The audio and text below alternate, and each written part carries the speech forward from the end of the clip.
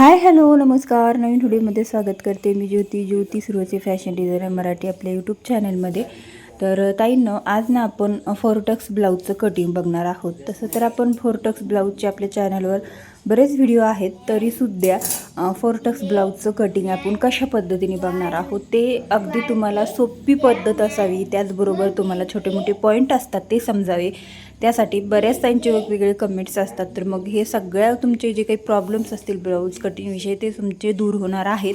तर प्लीज तुम्ही ना व्हिडिओ मात्र शेवटपर्यंत बघत जा, कुठेही स्किप करायचा नाही. अगदी छोटासा व्हिडिओ असतो, 10-15 मिनटं. जर तुम्ही व्यवस्थित व्हिडिओ बघितला तर मग मात्र तुम्हाला लक्षात येईल.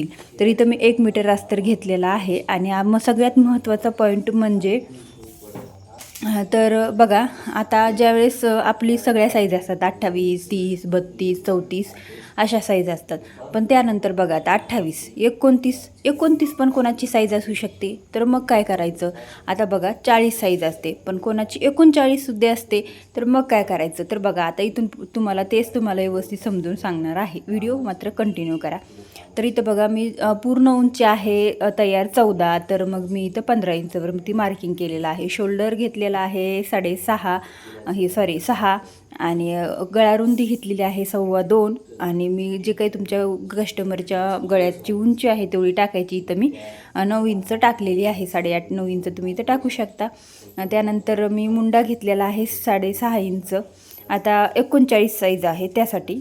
तर बघा, त्यानंतर बघा, आता इथं 10 इंचची आपलं चौथा भाग धरला 4 वेळा, तर मग 40चा चौथा भाग 10 इंच येतो.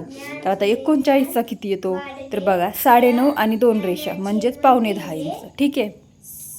तर इथं आपल्याला अशा पद्धतीने टाकायचं आहे. आता इथं बघा, मी इथं 9.25 मार्किंग केले, पूर्ण 10वरती नाही आहे. 9.5 आणि पूर्ण आपले 2 रेषा घ्यायच्यात, म्हणजे अर्ध्यातला अर्धा भाग. ठीक आहे. आता ज्याला कुणाला टेप समजून येतो त्यांना लगेच लक्षात येईल.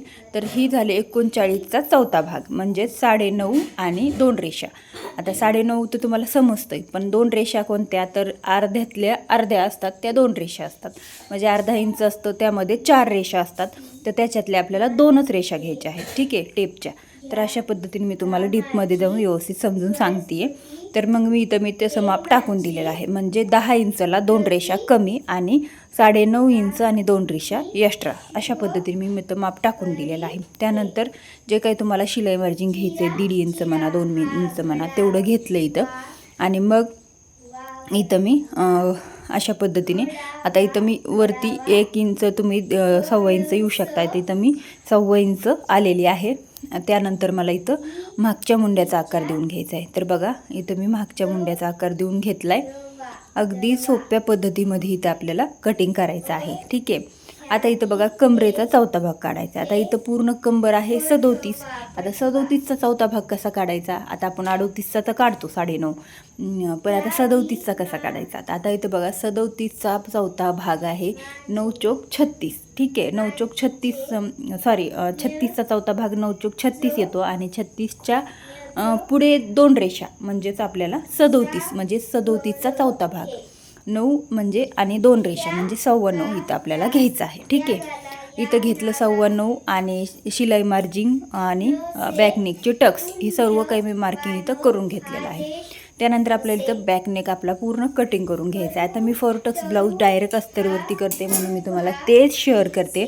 आणि तेच माझ्या कस्टमरचे किंवा इतरांचे ब्लाऊज असतात, तर तेच ब्लाऊज मी तुम्हाला कटिंग दाखवते. काहीही फेक दाखवत नाही, पूर्ण रिअल असतं. कस्टमरचे ब्लाऊज असतात, ते त्यांना फिटिंगलाही छान बसतात. आणि वेगवेगळे कटिंग मी तुमचे शेअर करत असते.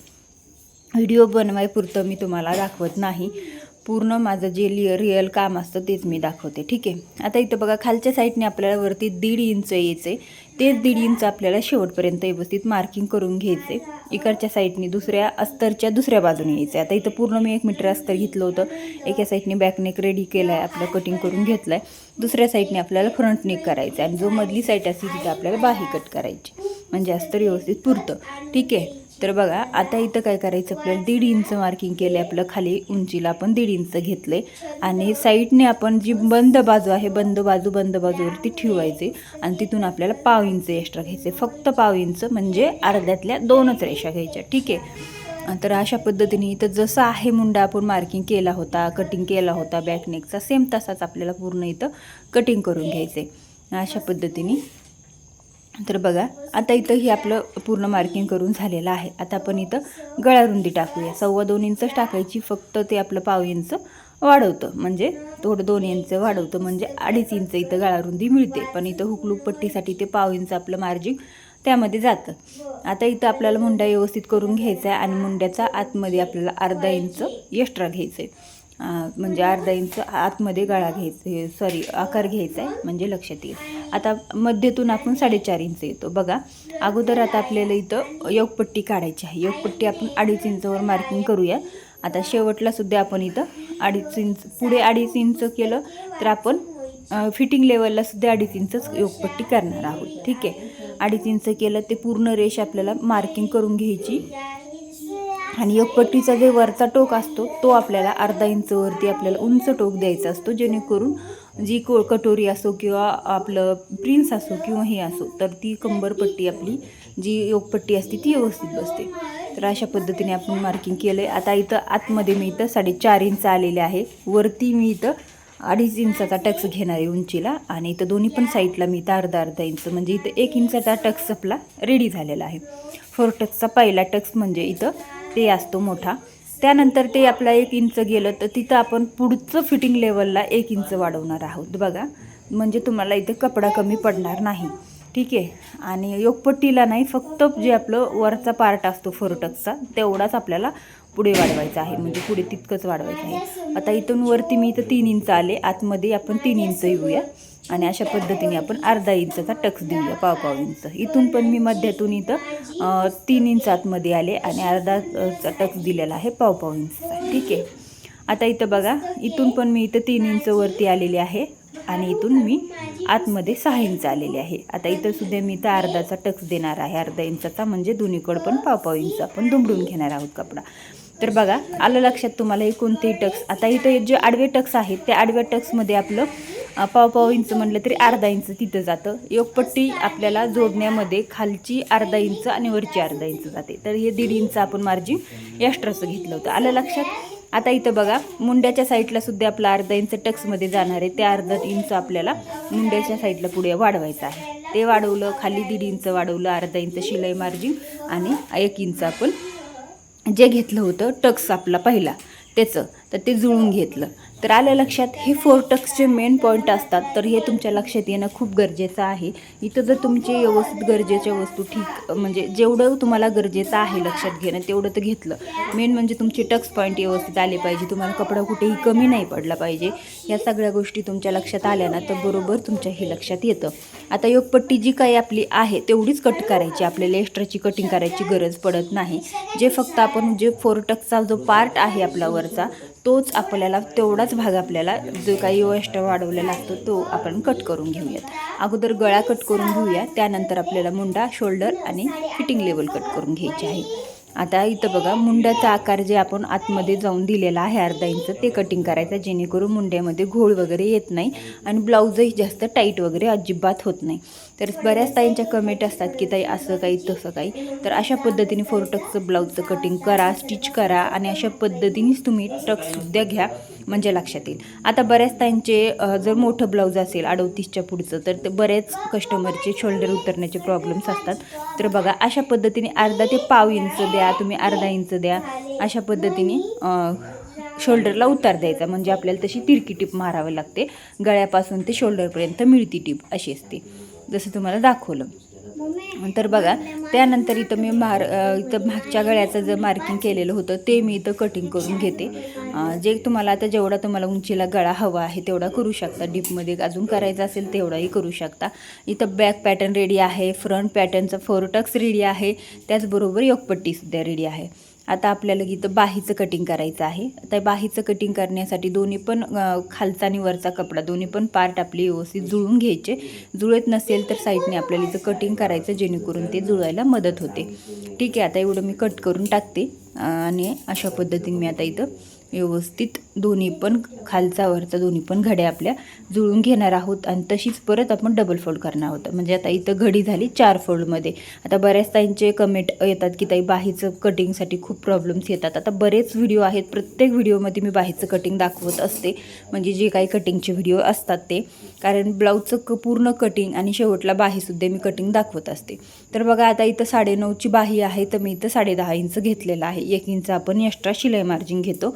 त्यानंतर बघा आता इथं आपलं घडी कितीची होती, आपली घडी होती 9.25 इंचची, म्हणजेच आपलं 9.5 आणि 2 रेषा. ठीक आहे, म्हणजे 39चा चौथा भाग आपल्याला इथं टाकायचा आहे आणि त्याचबरोबर अर्धा इंच एक्स्ट्रा टाकायचं, म्हणजे आपलं जे काही आपण शिलाई मार्जिन एक्स्ट्राचं घेतलं असतं ते त्यामध्ये जातं.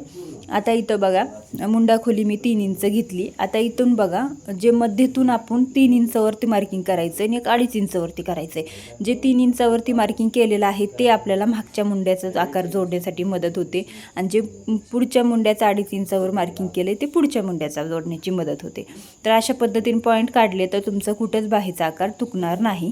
तर त्यानंतर दंडघेर टाकलं, शिलाई मार्जिन टाकली 2 इंच 1.5 इंच, तुम्हाला काय टाकायचं ते टाकू शकता. आणि इथं बाहीचं मी कटिंग करून घेते आहे. तर अशा पद्धतीने बाहीचं कटिंग करायचं. अस्तरवरती डायरेक्ट कटिंग करायला शिकायचं, जेणेकरून तुम्हाला कोणत्याही ब्लाऊजचं व्यवस्थित कटिंग तुम्ही डायरेक्ट करू शकता. प्रत्येक वेळी पेपर पॅटर्न ठेवायची गरज नाही पडत.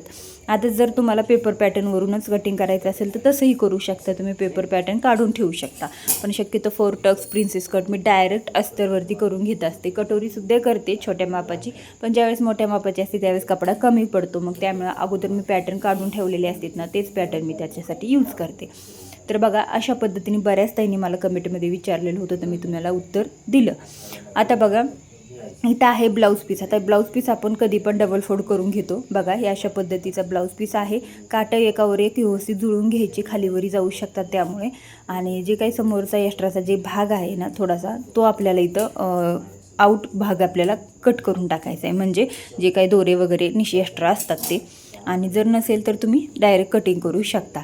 आता इथं थोडंसं होतं म्हणून मी कट केलं दोन्ही. आता एकाच साईडचे काट येतात शक्यतो काही साड्यांवरती, तर ते काट आपल्याला बाहीला यूज करायचे असतात. तर ते आता बाहीसाठी मी इथं कटिंग करून घेते.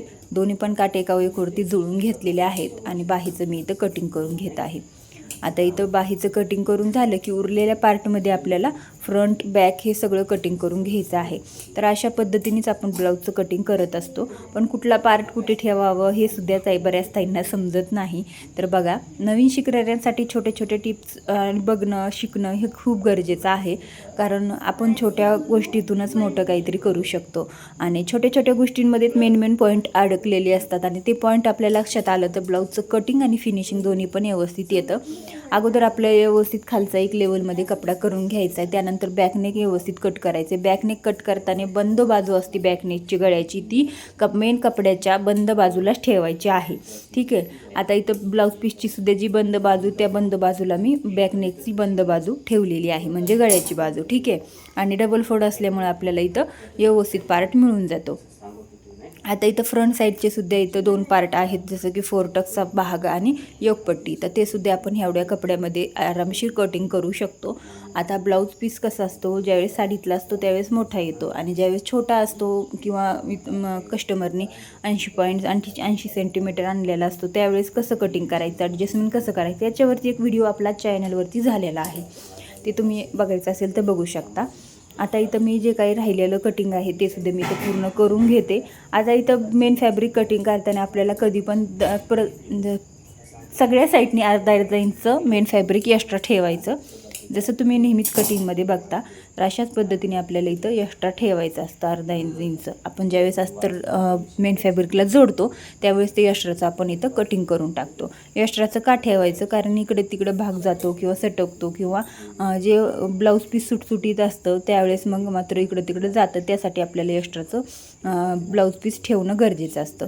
आणि ज्यावेळेस खरंच ब्लाऊज पीस कमी असेल त्यावेळेस तुम्ही डायरेक्ट कटही करू शकता आणि अस्तर जोडताना तुम्ही टाचण्या लावून सुद्धा जोडू शकता. तर बघा आता इथं योगपट्टीसुद्धा मी इथं कटिंग करून घेतली.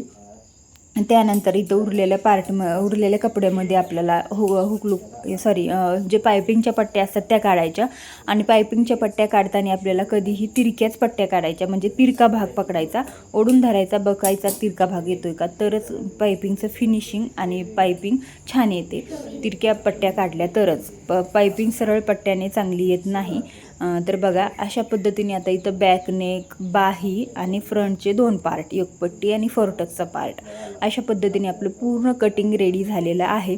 अगदी छान पद्धतीने सोप्यातली सोपी गोष्ट तुम्हाला इथं मी सांगितलेली आहे. मला वाटतं तुम्हाला नक्कीच समजलं असेल. तुम्ही अशा पद्धतीने एकदा कटिंग करून बघा आणि मग मला कळवा. आता जे काही तुमचे मापं असतील 28 ते तुमचं 44पर्यंत, तुम्ही अशा पद्धतीने ते वेगवेगळे, फक्त मापानुसार इथं कमी जास्त होतं. बाकीची कटिंग करायची पद्धत तर सेमच असते प्रत्येकाची अशीच, किंवा वेगवेगळे थोडीशी पद्धत असते. आता जी तर 4 टक्सची सगळी सेमच पद्धत आहे. फक्त ज्यावेळेस आपण मापं कमी जास्त असतं साईजचं ब्लाऊज, त्यावेळेस मात्र थोडासा बदल होतो. तर त्याच्यावरती सुद्धा तुम्हाला मी लवकरच एखादा चार्ट देईल. ठीक आहे, चला आजचा व्हिडिओ इतकाच. व्हिडिओला लाईक करा, शेअर करा, मैत्रिणींसोबत शेअर करून सबस्क्राईब करा. बाय.